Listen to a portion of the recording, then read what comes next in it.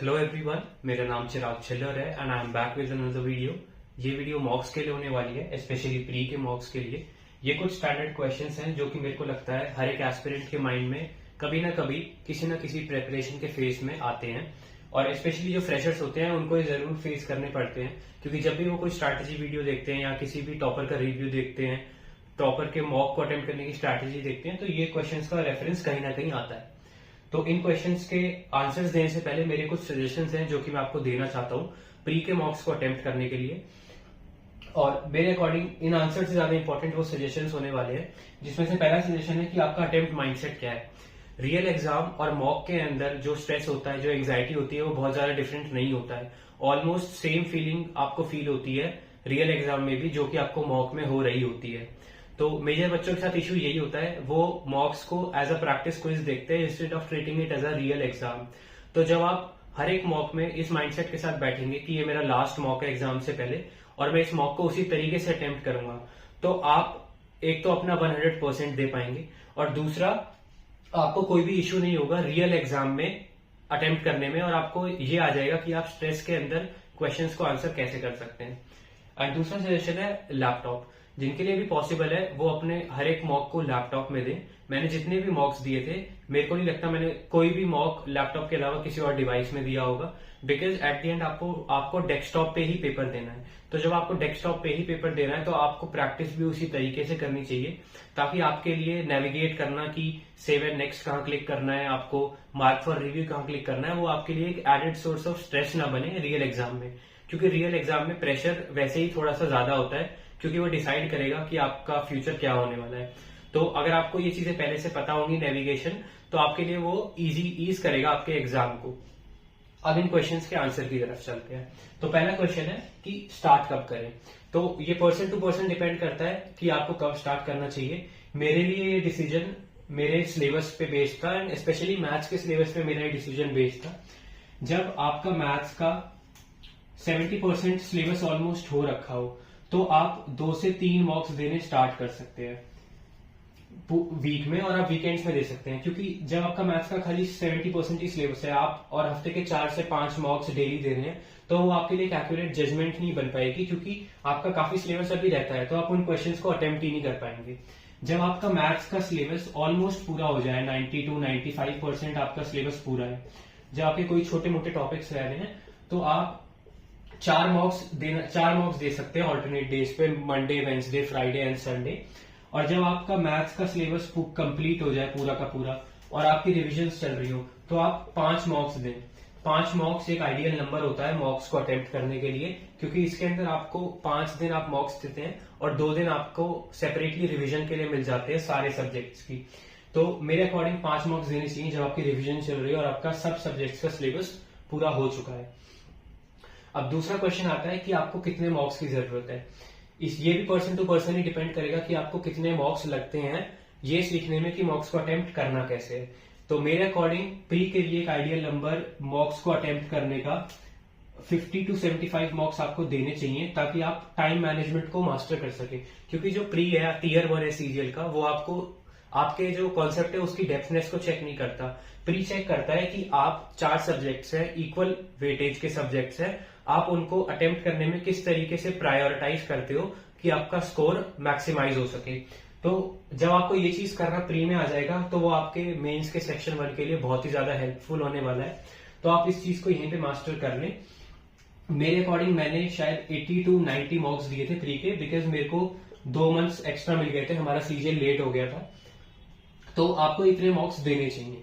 अब तीसरा क्वेश्चन आता है कि आप पीवाईक्यूज दें या प्लेटफॉर्म दें, क्योंकि क्या होता है कि कई बार प्लेटफॉर्म के मॉक्स बहुत ज्यादा डिफिकल्ट हो जाते हैं, तो बच्चे होपलेस हो जाते हैं कि मेरे तो मार्क्स ही नहीं आ रहे, या फिर तो इसके अंदर कैसे सॉर्ट करें। तो मेरे अकॉर्डिंग आपको दोनों का मिक्स ही लेके साथ में चलना पड़ेगा। आप एक एंड पे नहीं रह सकते कि मैं या तो खाली पीवाईक्यू दूंगा या खाली प्लेटफॉर्म दूंगा, आप मिक्स दीजिए।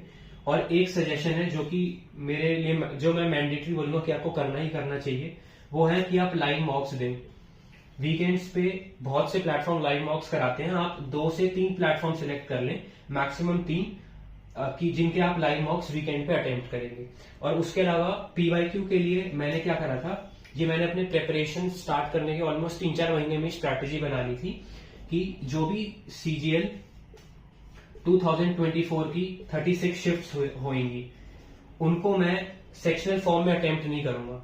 इनको मैंने डिसाइड करा था कि इनको मैं फुल फॉर्मेट में ही अटेम्प्ट करूंगा, ताकि मैं अपने आप को एक्यूरेटली जज कर सकूं कि जब मेरे सामने नए क्वेश्चंस आ रहे हैं जो कि रियल एग्जाम में आए हुए हैं तो मैं उसमें कैसा परफॉर्म कर पा रहा हूं।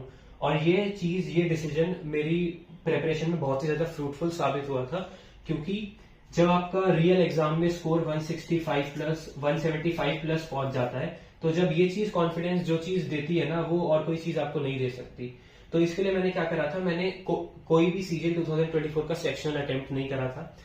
मैंने टेलीग्राम पे क्विजेस देने बंद कर दिए थे सब्जेक्ट से, क्योंकि जो टेलीग्राम पे क्विजेस होते हैं वो रिसेंट एग्जाम के क्वेश्चन ही देते हैं, तो मैंने वो भी देने बंद कर दिए थे। और जहां पे भी CGL 2024 का कोई भी क्वेश्चन आता था यूट्यूब की वीडियोस की जो मैं प्रैक्टिस करता था उनमें या अपने कोर्स में, तो मैं उनको बिना पढ़े स्किप करता था ताकि मैं इनको फुल मॉक फॉर्मेट में अटेम्प्ट कर सकूं। तो ये मेरी PYQs की स्ट्रैटेजी थी। आप अपनी स्ट्रैटेजी बना सकते हैं। मेरे लिए ये एक अच्छी स्ट्रैटेजी थी और मेरे लिए इसने अच्छे से वर्क भी करा। अब क्वेश्चन आता है हाउ टू एनालाइज, और ये एनालिसिस डिसाइडिंग फैक्टर कहते हैं इसे, और होता भी है कहीं ना कहीं ये डिसाइडिंग फैक्टर। तो इसके अंदर मैं 2 से 3 चीजें करता था। एक तो है कि जो आपके रॉन्ग क्वेश्चंस है, जो आपने क्वेश्चंस गलत करें, तो देखना कि या तो वो किस सिली की वजह से हुए हैं या वो कॉन्सेप्ट वीक होने की वजह से हुए हैं। अगर वो सिली की वजह से हुए हैं तो उसका तो एज सच कोई सॉल्यूशन है नहीं। वो तो आप यही कर सकते हैं कि आप काम माइंड से पेपर करें ताकि सिली ना हो। और दूसरा, अगर आपका कॉन्सेप्ट की वजह से कि आपको कॉन्सेप्ट नहीं पता था या आपने रिवाइज नहीं करा था तो उसको रिवाइज करना।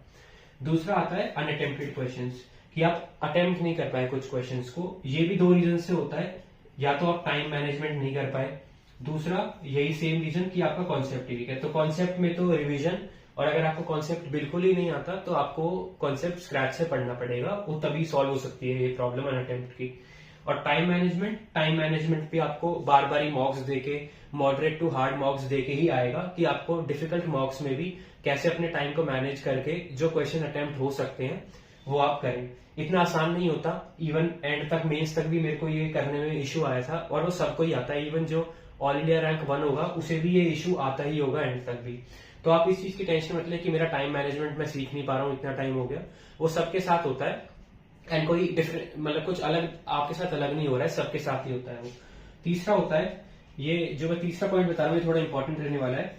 जो क्वेश्चंस जो आपके सही हो गए बट वो तुक्के से सही हुए हैं, और इसमें मैं मेनली मैथ्स और रीजनिंग की बात कर रहा हूं, क्योंकि जीके में तो आपको एस्टिमेटेड गेस लेने ही पड़ेंगे। अगर आपको एक पर्टिकुलर स्कोर, एक स्टैंडर्ड स्कोर से ऊपर उठना है तो आपको थोड़े बहुत तुक्के जीके में लगाने पड़ते हैं। और वो तुक्के भी नहीं, वो एस्टिमेटेड गेस ही बोलेंगे उन्हें, क्योंकि आप ऑप्शन एलिमिनेट करके सही आंसर तक पहुंचते हैं, तो वो करना होता है। बट अगर आप मैथ्स और रीजनिंग में तुक्के मार रहे हैं और वो सही हो रहे हैं, बट मेंस में अगर आपको आदत पड़ गई है तुक्के मारने की और आपने मेंस में थोड़ा गलत तुक्का मार दिया तो आपके सीधा -4 होंगे। और आपने मैथ्स रीजनिंग में एक भी तुक्का मार दिया तो आपकी रैंक 200 से 300 नीचे चली जाएगी, खाली इन तुक्कों की वजह से।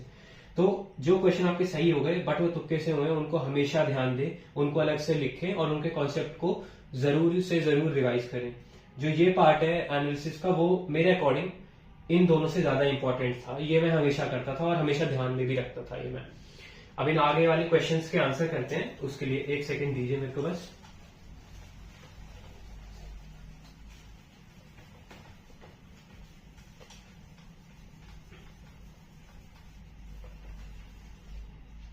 अब है how to cross the score barrier of 130 to 140। ये एक एवरेज एस्पिरेंट को कभी ना कभी फेस करना पड़ता है ये बैरियर। ऑल्दो मेरे में ये बैरियर आया नहीं था, क्योंकि मैंने अपना जो मॉक देना शुरू करा था वो मेरा मॉक ऑलमोस्ट सारा सिलेबस होने के बाद ही शुरू करा था मैंने मॉक्स देना, तो मेरे को इतना इश्यू हुआ नहीं था। जो मेरा बैरियर था वो 150 टू 160 हुआ था। ये मेरे लिए 15 मॉक्स के लिए रहा होगा, यानी कि 2 से 3 हफ्तों के लिए मेरा ये बैरियर रहा था। तो अगर आपको इस बैरियर से निकलना है तो इसका तो खाली एक ही सोल्यूशन है मेरे अकॉर्डिंग, कि आप मैथ्स, रीजनिंग और इंग्लिश को बहुत ज्यादा स्ट्रांग रखें। स्ट्रांग का मतलब है इनमें आपके 140 प्लस आउट ऑफ टोटल 150 आने चाहिए, क्योंकि इनमें ये हर एक 50 मार्क्स का होता है, तो 50 × 3 150। इसके अंदर आपके ऑलमोस्ट सब मार्क्स में 140 प्लस आएंगे, तभी आप 160 से ज्यादा ला पाओगे, क्योंकि जीके के स्कोर का कोई सर्टेनिटी नहीं होती, कभी आपका 15 आएगा, कभी आपका 35 आएगा, तो वेरी बहुत ज्यादा करता है जीके का स्कोर मॉक टू मॉक। तो आप जो श्योर कर सकते हैं इस बैरियर से निकलने के लिए, जो आपको मैं एक श्योर स्ट्रैटेजी दे सकता हूँ, वो यही है कि आप इन तीनों सब्जेक्ट्स को मास्टर करें। अब बात रही इस कॉमन बैरियर की, जो कि असलियत में होता है बच्चों के साथ। तो 130 से 140 के बैरियर का मेजर रीजन जो मेरे को समझ में आता है, वो 2 रीजन हो सकते हैं, first and second. First reason ये है कि आपके 1 से 2 सब्जेक्ट्स काफी ज्यादा वीक है, या फिर उनका सिलेबस पूरा नहीं है। तो सिलेबस पूरा नहीं है तो उसका सॉल्यूशन आपको पता ही है कि क्या करना है, सिलेबस पूरा करना है। और दूसरा, इसमें मैं इन 1 से 2 सब्जेक्ट्स में मैं मैथ्स और रीजनिंग को इंक्लूड नहीं कर रहा हूं, क्योंकि रीजनिंग ऑलमोस्ट हर बच्चा कर लेता है। किसी को 2 महीने लगते हैं तो किसी को 6 महीने लगते हैं, पर रीजनिंग में 45 प्लस स्कोर करना बहुत ईजी हो जाता है हर बच्चे के लिए। तो आपका जीके या इंग्लिश वीक है, और अगर आप ये कह रहे हैं कि आपका इंग्लिश बहुत अच्छा है, आपने इंग्लिश भी अच्छे से कर रखा है, तब भी आपका स्कोर बैरियर में अटक रहा है, तो उसका मेरे अकॉर्डिंग एक ही रीजन हो सकता है, वो है आपका जो मैथ्स का सिलेबस है, या तो वो है इनकम्प्लीट, और अगर वो कंप्लीट है, आपने कंप्लीट भी कर लिया है, तो वो आपने प्रॉपरली कंप्लीट नहीं करा है। और इसका बस कोई क्विक सॉल्यूशन या 2 मिनट सॉल्यूशन नहीं हो सकता, इसका बस एक ही सॉल्यूशन है, आपको घिसना पड़ेगा और आपको सिलेबस को प्रॉपरली कंप्लीट करना ही पड़ेगा, तभी आप इस स्कोर बैरियर से बाहर निकल सकते हैं। जब आपका सिलेबस कॉन्सेप्ट वाइज डिटेल में कंप्लीट होगा, तो आपका इस स्कोर बैरियर में रुकने का कोई क्वेश्चन ही नहीं उठता। और एक और पर्सनल सजेशन जो मैं देना चाहता हूं, वो है मैथ्स की इंपॉर्टेंस को। ऑल्दो मैथ्स के मार्क्स मेंस में इंग्लिश से भी कम होते हैं और प्री में सबका वेटेज इक्वल होता है, बट जिस बच्चे का मैथ्स स्ट्रांग होता है और जिस बच्चे का कॉन्फिडेंस होता है मैथ्स में, वो कॉन्फिडेंस उसके पूरे पेपर में दिखता है, और वो पूरे पेपर को अटेम्प्ट भी फिर उसी तरीके से करता है, क्योंकि उसे पता होता है मैथ्स उसका स्ट्रांग पॉइंट है। चाहे वो उसे स्टार्टिंग में करे, चाहे वो उसे एंड में करे, वो उसे कर देगा पूरा। बट जिस बच्चे का मैथ्स थोड़ा सा भी वीक होता है, या उसे थोड़ा सा भी मैथ्स से डर लगता है, तो उसको पूरे पेपर में बस एक ही चीज हॉन्ट कर रही होती है कि यार मैथ्स स्टार्ट करना है, मैथ्स स्टार्ट करना है। और अगर आप अपने मैथ्स को स्ट्रांग कर देंगे, तो मेरे अकॉर्डिंग इनमें से और कोई सब्जेक्ट नहीं है जो आपको रैंक लेने से रोक सकता है मैथ्स के अलावा। तो ये था इस स्कोर बैरियर का सोल्यूशन, और 150 से 160 वाले का मैंने आपको बता दिया है। अब क्वेश्चन आता है एक हफ्ते में कितने दें। ऑल्दो इसका आंसर मैं शायद इन क्वेश्चंस में से किसी में दे चुका हूं, हाउ मेनी आर नीडेड में मैंने इसका आंसर भी दे दिया था, बट मैं फिर भी बता देता हूं। सिलेबस पूरा होने के बाद और रिविजन्स होते हुए एक आइडियल नंबर मेरे अकॉर्डिंग जो मेरे को लगा था, और जो मेरा ज्यादातर वीक्स में एक आइडियल नंबर रहा था प्री के मॉक्स को, वो 5 मॉक्स था। आप 6 भी दे सकते हैं, किसी किसी वीक में होता है कि आप 6 के 6 मॉक्स दे पा रहे हैं। मेरे भी 3 से 4 वीक्स हुए होंगे जिसमें मैंने 6 मॉक्स दिए थे, अदरवाइज मैं 5 देता था, और किसी किसी में मैंने 4 भी दिए हैं बस। तो ये मैटर नहीं करता आप कितने मॉक्स दे रहे हैं, मैटर ये करता है आप इनको कितने अच्छे तरीके से एनालाइज कर रहे हैं, और आप जितने दे रहे हैं उनको आप प्रॉपरली अटेम्प्ट कर रहे हैं कि नहीं कर रहे। और एक और चीज, मान लीजिए आपने 5 मॉक्स दिए पूरे वीक में, आपके वीक के मॉक्स खत्म हो गए, बट इनमें आपका स्कोर कम होते गया आपका स्कोर।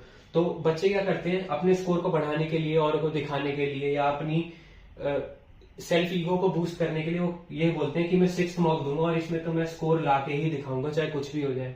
तो उसमें क्या होगा, आपका स्कोर बिल्कुल भी नहीं आएगा और बल्कि कम ही हो जाएगा, जिससे कि आपका एक तो दिन खराब होगा और दूसरा आपका मोराल और ज्यादा डाउन हो जाएगा। तो इंस्टेड ऑफ ये चीज करने के बजाय आप रियलिटी पे ध्यान दें, कि रियलिटी ये है कि 5 मॉक्स एक आइडियल नंबर है। टॉपर भी कोई बहुत ज्यादा मॉक्स नहीं देते, बस जो वो मॉक्स देते हैं वो उनको प्रॉपरली तरीके से देते हैं, और वो रिविजन्स पे ज्यादा ध्यान देते हैं। तो आप रिवीजन पे ध्यान दें, और जितने मॉक्स दे रहे हैं बस उनको अच्छे से दें। मेरे अकॉर्डिंग यही क्वेश्चंस थे और इनके आंसर मैंने आपको दे दिए। आपके अगर मॉक्स से रिलेटेड कोई भी और क्वेश्चंस है प्री के या फिर मेंस के भी, तो वो आप कमेंट्स में मेरे को बता सकते हैं। जो मैं मेंस के लिए मॉक की वीडियो बनाऊंगा उसके अंदर मैं उन सारे क्वेश्चंस को आंसर कर दूंगा। Thank you and that was it for this video.